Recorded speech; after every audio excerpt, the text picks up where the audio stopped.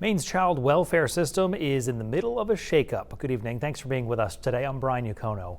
Earlier this year, Maine's Department of Health and Human Services announced several changes to restructure and reorganize to better serve kids and their families.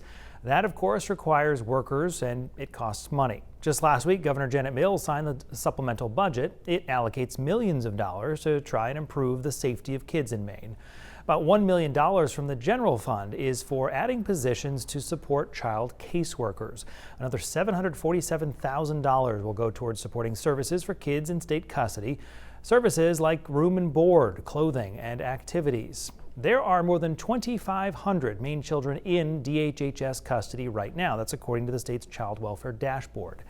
And supervised visitation is often the only way for kids to maintain relationships with their parents and other family members, something that's especially important during the reunification process. Well, a new facility in Lewiston is opening this week to offer monitored supervised visitation for families.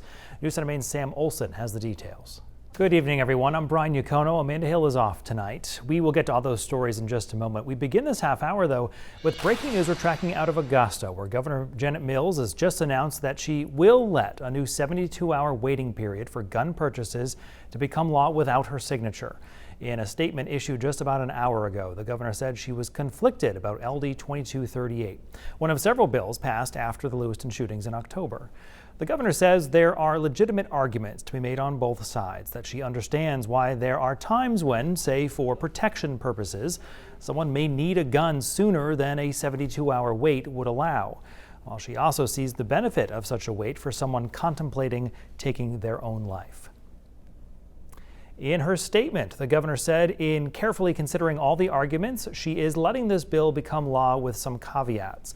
That while she hopes it does have the intended effect of preventing suicides by firearms, she also hopes it doesn't overburden the outdoor sports economy, as well as gun owners and dealers who engage in lawful and constitutionally protected activities.